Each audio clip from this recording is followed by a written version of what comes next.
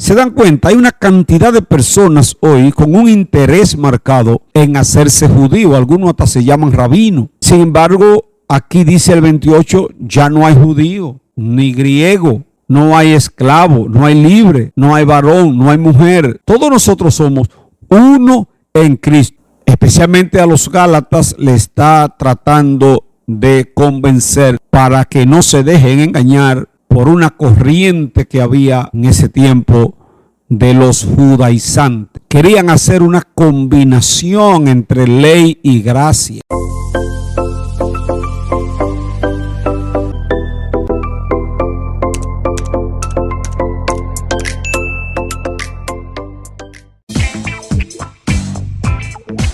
Dios me le bendiga, mis hermanos, a todos. Pastor del Orbe con ustedes, estudiando la palabra del Señor. Gracias por acompañarme a estos estudios que yo sé que van a edificar tu vida.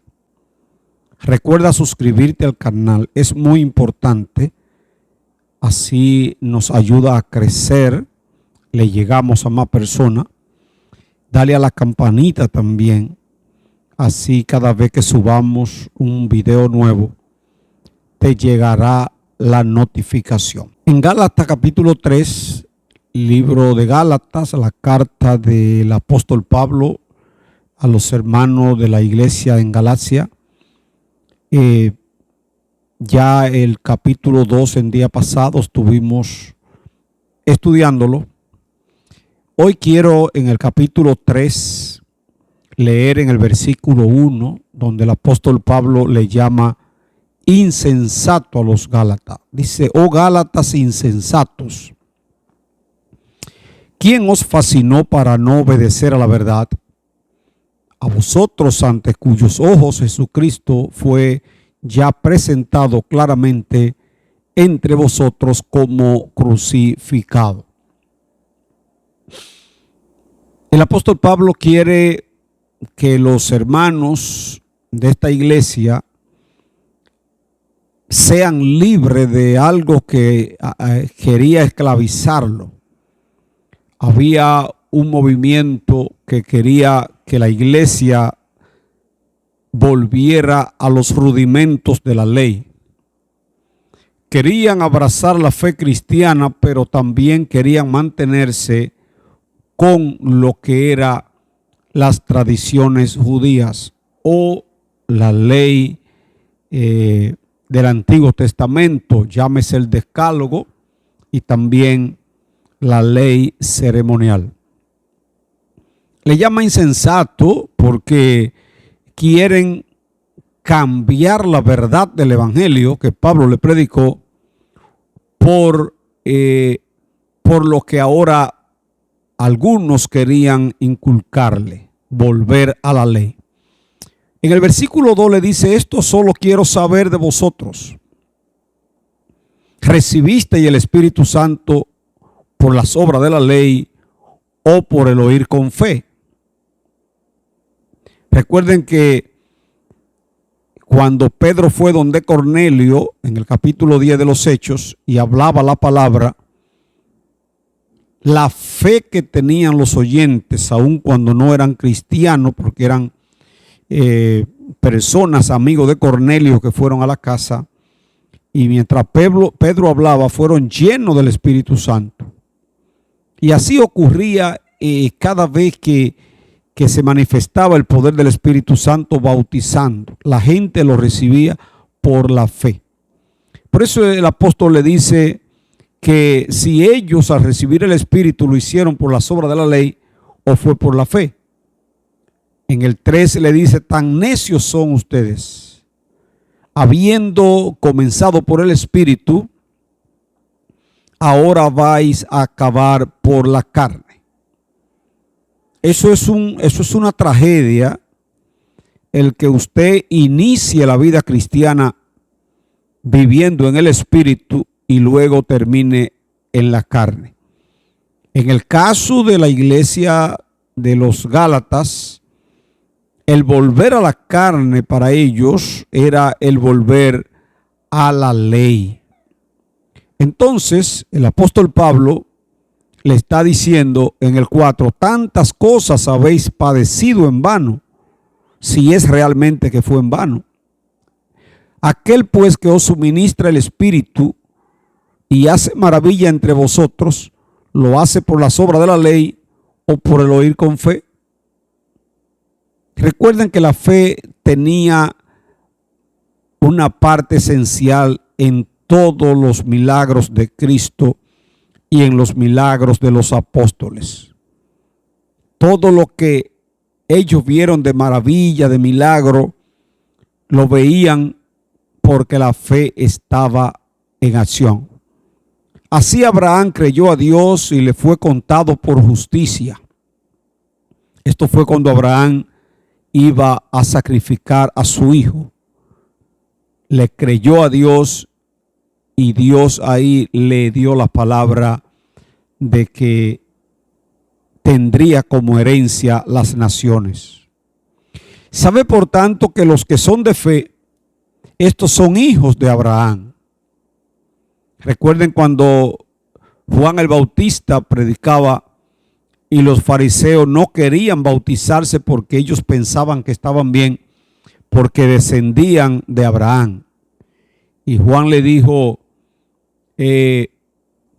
generación de víbora, terminó diciéndole, y no piensen que ustedes se salvarán por decir que son hijos de Abraham, porque Dios le puede levantar hijos a Abraham aún de estas piedras.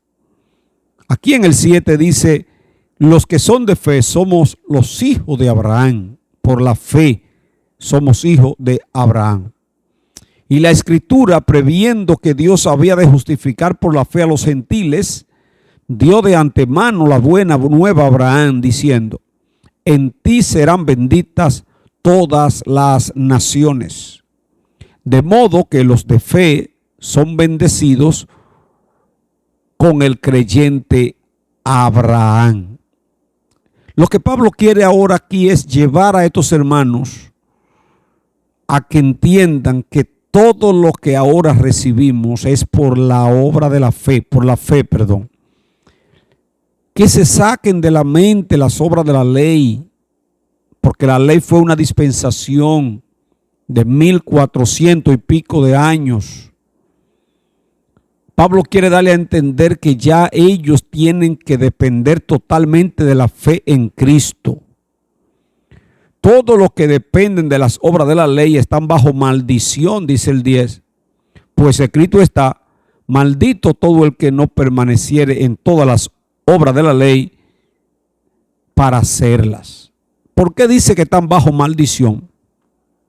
Porque la ley no se pudo cumplir. Porque la ley vino para llevarnos a Cristo. Pablo dijo, la ley ha sido nuestro ayo para llevarnos a Cristo. Ayo significa un tutor, alguien que instruía al niño hasta que llegaba a cierta edad. Entonces Pablo decía, la ley ha sido nuestro ayo que nos mantuvo hablándonos de lo que a Dios le agradaba, pero no se podía cumplir, nadie la cumplió, Cristo la cumplió por nosotros. Por eso el que quiera vivir dependiendo de la ley, dice el apóstol Pablo, están en maldición, porque maldito todo aquel que no permaneciera en todas las cosas escritas en la ley para hacerla. El 11, y que por la ley ninguno se justifica para con Dios. Es evidente, porque el justo vivirá por la fe. Recuerden que eso se lo dijo Dios a Habacuc. Y la ley no es de fe, sino que dice, el que hiciera estas cosas, vivirá por ellas. Cristo nos redimió de la maldición de la ley, hecho por nosotros maldición. Porque está escrito, maldito todo el que es colgado en un madero. O sea que Cristo al morir en la cruz, recuerden que morir en la cruz era sinónimo de maldición, y Cristo al morir en la cruz se hizo maldición por nosotros. para que en Cristo Jesús la bendición de Abraham alcanzase a los gentiles, a nosotros, a fin de que por la fe recibiésemos la promesa del Espíritu. Hermanos, el 15, hablo en términos humanos. Un pacto, aunque sea de hombre, una vez ratificado, nadie lo invalida ni le añade. Ahora bien, a Abraham fueron hechas las promesas y a su simiente.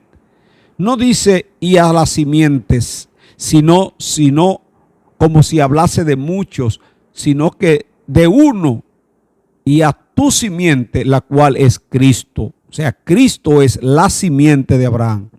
Esto pues digo, el pacto previamente ratificado por Dios con Cristo, la ley que vino 430 años después, no lo abroga para invalidar la promesa. Porque si la herencia es por la ley, ya no es por la promesa. Pero Dios la concedió a Abraham mediante la promesa.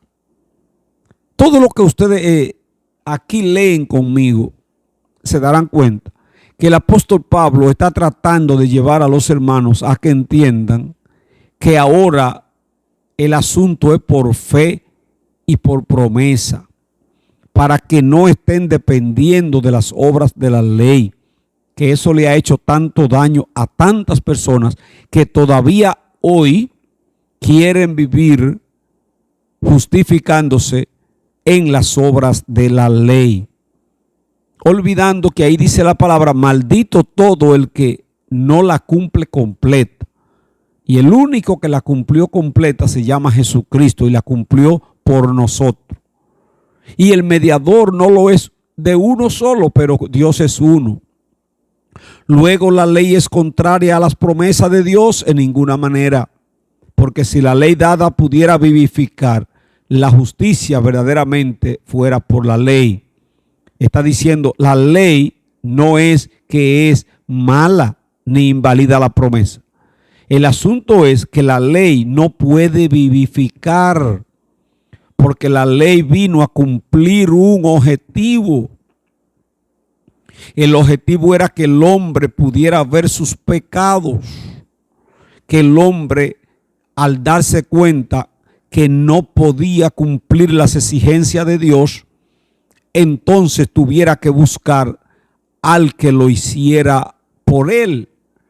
Por eso Cristo vino y se hizo maldición y cumplió la ley por nosotros.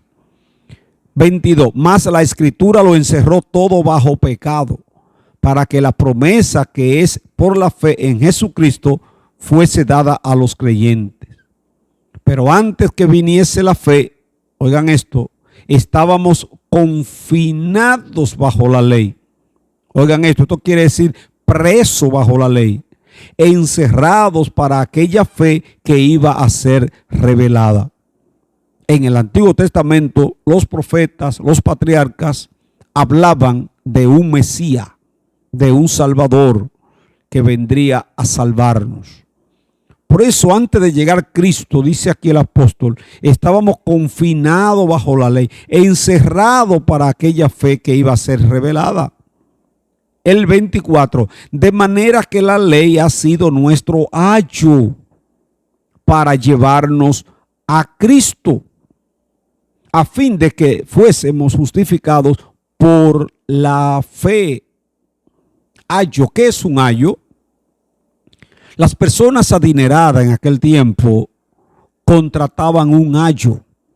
Era un maestro que se lo asignaban a los niños. Y ese maestro o tutor tenía que mantenerse enseñándole al niño todo lo que era en ese tiempo esencial en la educación. Pero ya cuando el niño crecía, el tutor o ayo lo entregaba a otra persona porque su tiempo terminó. Él solo debía enseñarle lo básico hasta cierta edad. Por eso dice el apóstol Pablo, la ley ha sido nuestro ayo, nuestro instructor, nuestro tutor, ¿Para qué? Para llevarnos a Cristo. Entonces, la ley tuvo un fin, llevarnos a Cristo, a fin de que fuésemos justificados por la fe. Por la fe, dice el 25, pero venida la fe, ya no estamos bajo ayo. ¿Entienden? Por eso dijo el apóstol, la ley y los profetas fueron hasta Juan. El mismo Cristo, perdón, dijo, la ley y los profetas fueron hasta Juan. A partir de ahí, el evangelio es anunciado. Por eso dice el 25, pero venida la fe, ya no estamos bajo ayo. Pues todos sois hijos de Dios por la fe en Cristo. Porque todos los que habéis sido bautizados en Cristo, de Cristo estáis revestidos. Ya no hay judío ni griego. No hay esclavo ni libre. No hay varón ni mujer. Porque todos vosotros sois uno en Cristo Jesús. ¿Se dan cuenta? Hay una cantidad de personas hoy con un interés marcado en hacerse judío. Algunos hasta se llaman rabino. Tienen ahora mismo un interés en decir que ahora hay que hacerse judío.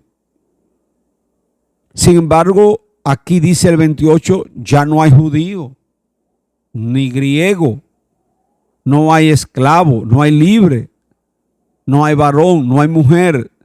Todos nosotros somos uno en Cristo. Y el 29, y si vosotros sois de Cristo, ciertamente linaje de Abraham sois y heredero según la promesa. ¿Qué es lo que en este capítulo 3 el apóstol quiere dejar claro? Especialmente a los Gálatas le está tratando de convencer para que no se dejen engañar por una corriente que había en ese tiempo de los judaizantes. Querían hacer una combinación entre ley y gracia. Querían que los cristianos se mantuvieran sirviendo a Cristo, pero sin soltar los rudimentos de la ley. Por eso el apóstol Pablo le llama insensato y le llama necio. Porque el apóstol Pablo, que era uno de los más apasionados de los fariseos, Pablo era un gran líder fariseo con un celo extraordinario, de tal manera cuando él daba su background, cuando él hablaba de su currículo, él decía, yo soy de la tribu de Benjamín, hebreo de hebreo, en cuanto a la ley, fariseo, en cuanto a celo, perseguidor de la iglesia, diciendo que él tenía a cualquier judío normal, él lo superaba en todo.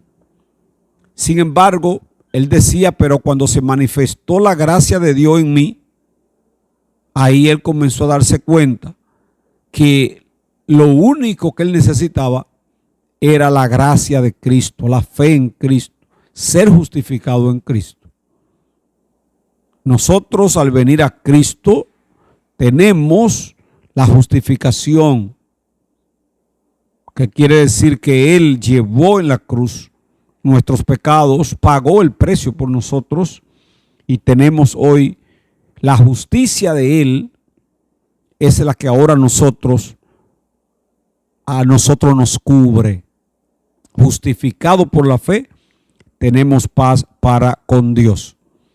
Así que cuidémonos de ese legalismo, de esos movimientos que quieren volvernos a la ley. La ley fue una dispensación de 1400 años y terminó con Juan el Bautista. Ahora estamos en la gracia y el enemigo va a tratar de hacer una mezcla para que la gente se complique y no pueda aceptar un evangelio sencillo, como lo predicó Pablo y como lo predicó Jesucristo. Así es que la ley cumplió su trabajo. La ley vino con un propósito, nuestro ayo.